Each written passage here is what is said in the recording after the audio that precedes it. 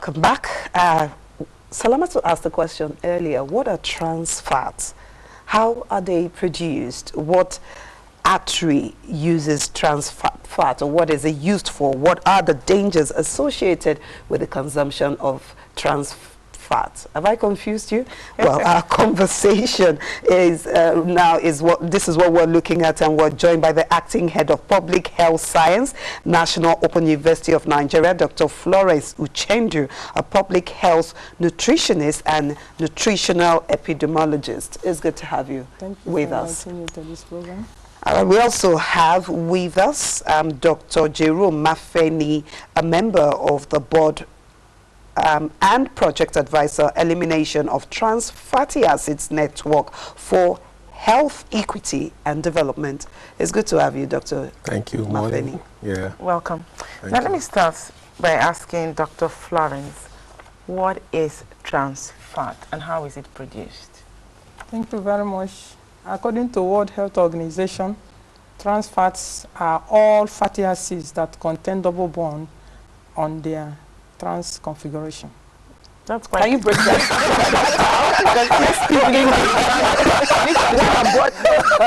double bonds and all of that.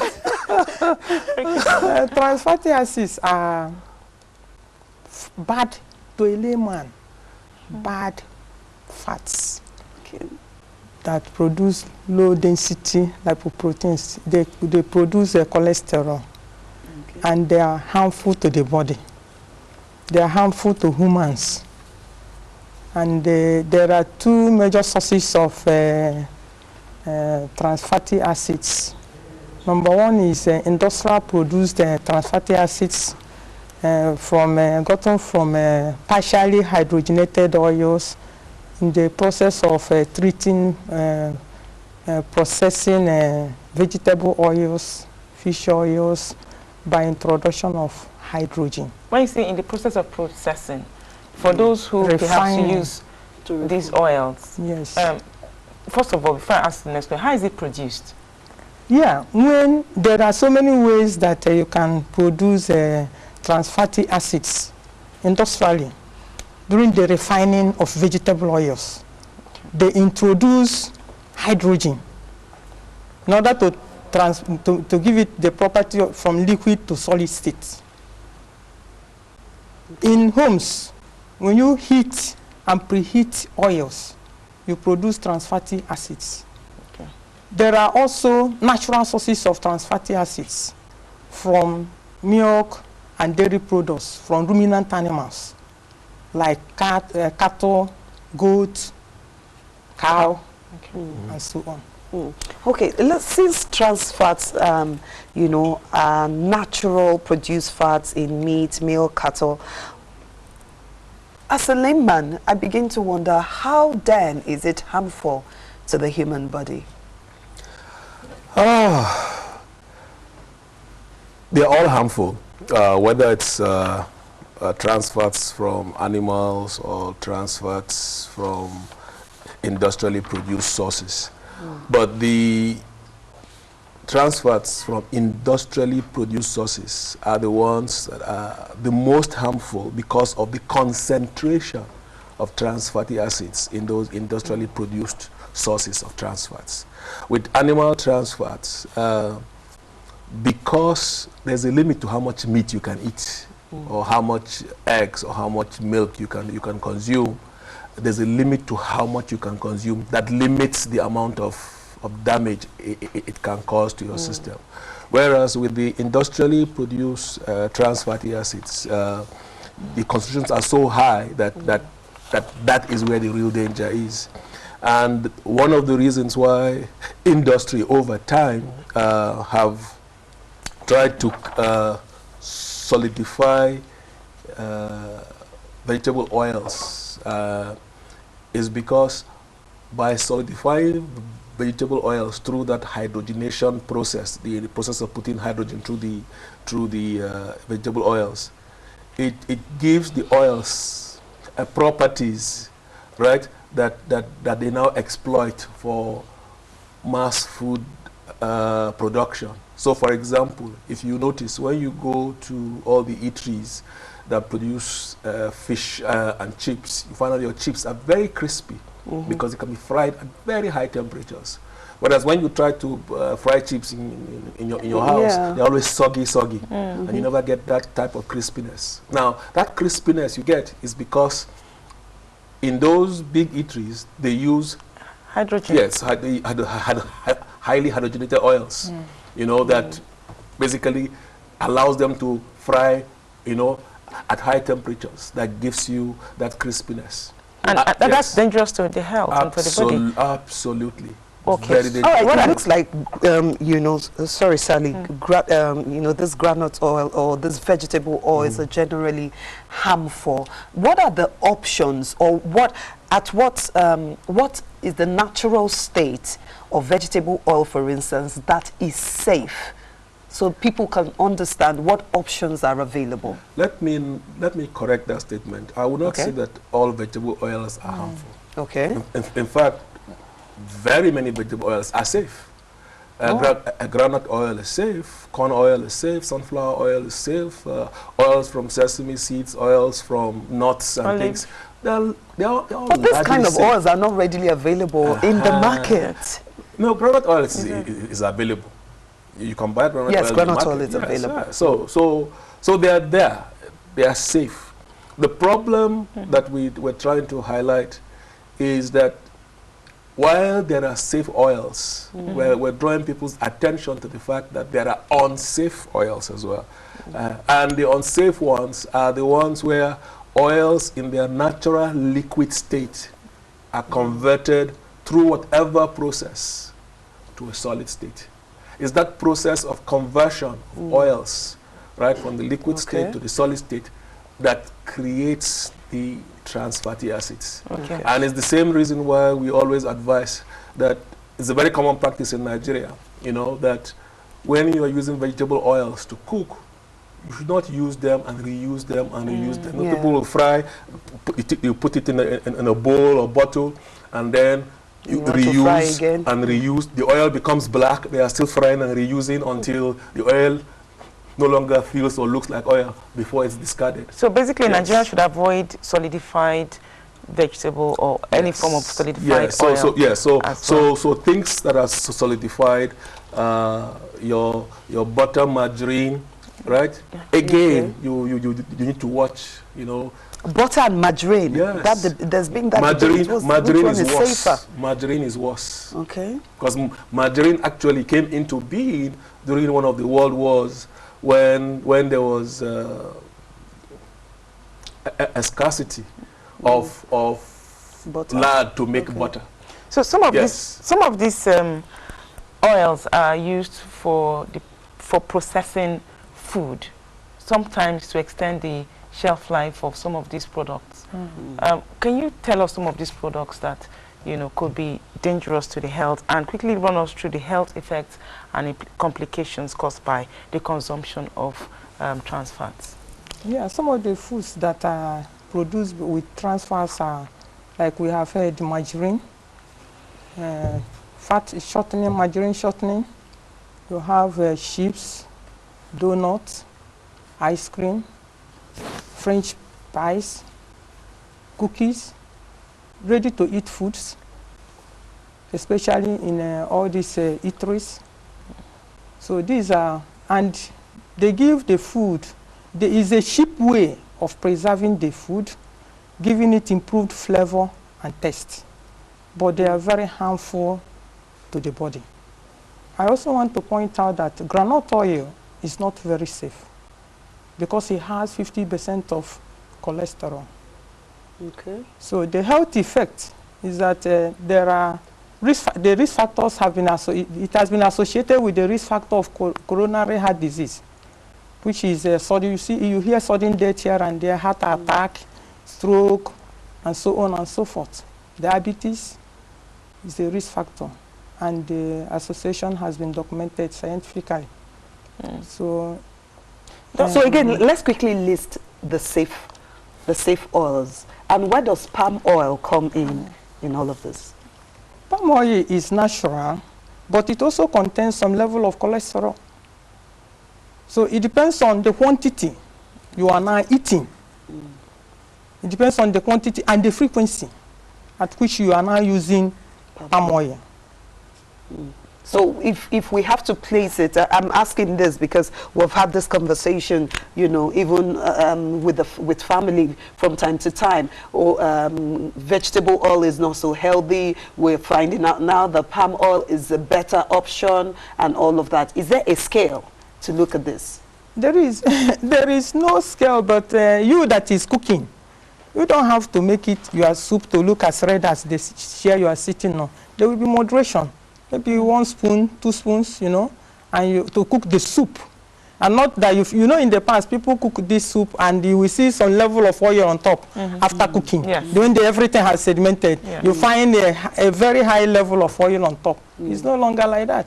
You just use 1 or 2 spoons because it's not healthy to the body.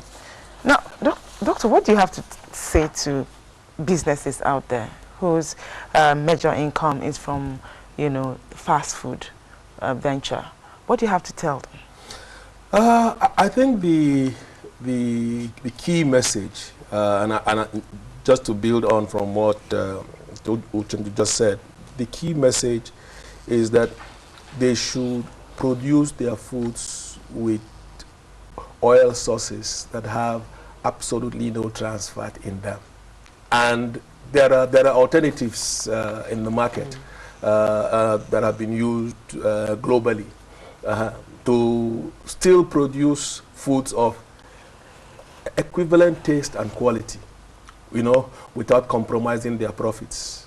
And I think that is the key thing. And I say this here because Nigeria as a country has already begun the process of putting in place regulations to assist industry, right, to set the right kinds of standards so that collectively we are all protected without having to do anything extra as individuals. And I think that those initiatives is what is key. How do you mean when you say we're all protected as individuals? Well, you see, right now, if I were to tell individuals, look, before you consume any oil, look at the bottles, look at the contents, look at the labels, look at the quantity of trans fats that's listed on the labels.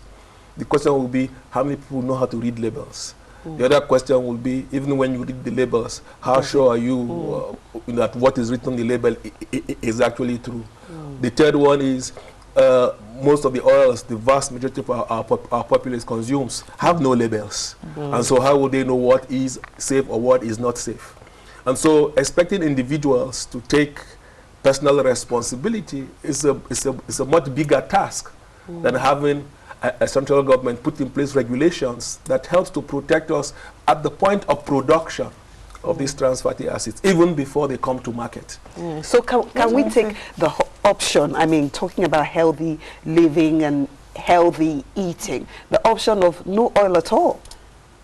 It's possible. Well, it's possible. It depends. Those that are already having cardiac issues are avoiding most of those things. But let me take it from the doctor. The policy is already in place. For example, the World Health Organization has a policy that no trans fats by 2023. No more trans fat in all industrial produced food products.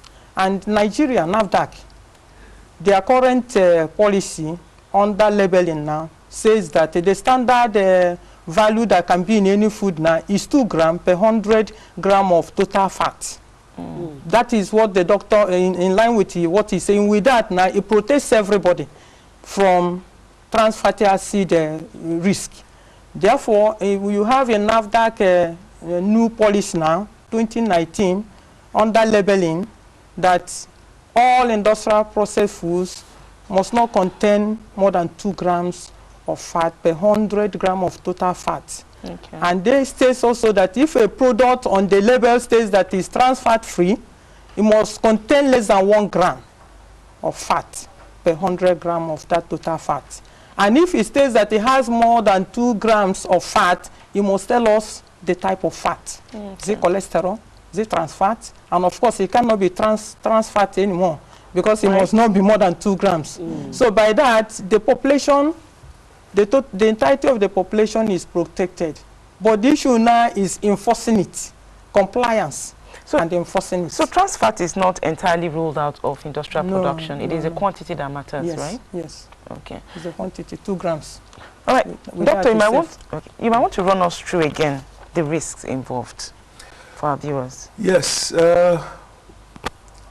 Excessive consumption of foods high in trans fatty acids can lead, first and foremost, to cardiovascular disease, which is diseases of the heart and your blood vessels and blood system.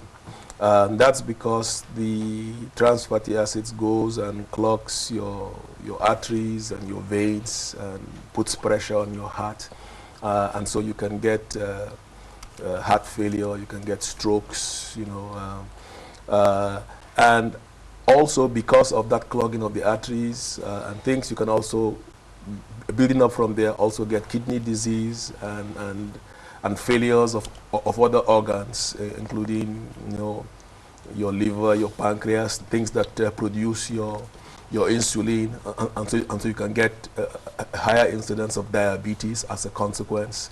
And some people even go as far as saying that it also increases your risks for certain types of cancers. And so the dangers of excessive consumption of trans fatty acids are actually huge. And if you notice, recently we're getting more and more incidences of young persons dying suddenly from minimal exertion. People are taking a walk for a campaign, they suddenly collapse and they die. Or you see young persons having kidney failure, you know, heart failure, having stroke at the age of 25 or 27. Those were things that were hardly unheard of in the past, but it's becoming increasingly common. And that's because we've all acquired new tastes, and we all like going to buy pizza and, you know, donuts from what would you say about Kentucky fries, you know, and all the things that, you know, we all enjoy these days that are killing us. Okay, I was going to ask that.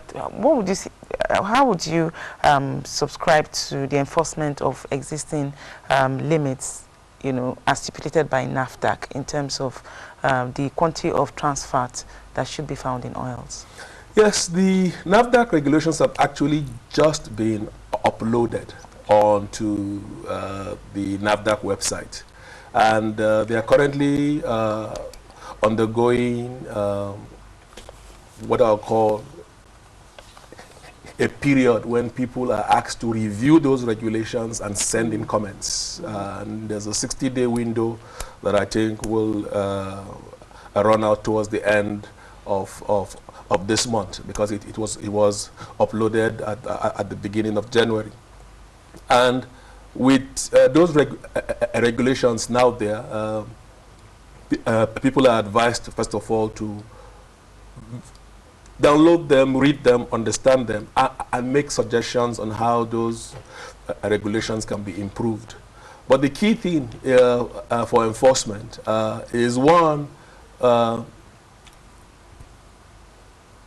country needs to ensure that people who import products, right, do not import products that have high concentrations of trans fatty acids. Industries within the country that produce trans fats already have the capacity to produce trans fats. Again,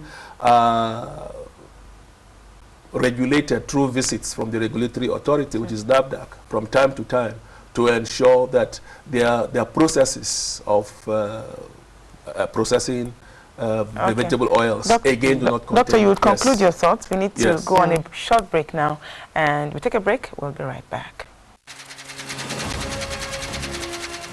Climate change knows no borders. With reduced inequalities, clean water, and renewable energy, there is hope yet for our world. Join me, Ukemere Tokwa, as I bring you a step closer to development on Kaakaki, the African voice. We cannot afford to be the generation that fiddled while our planet burned.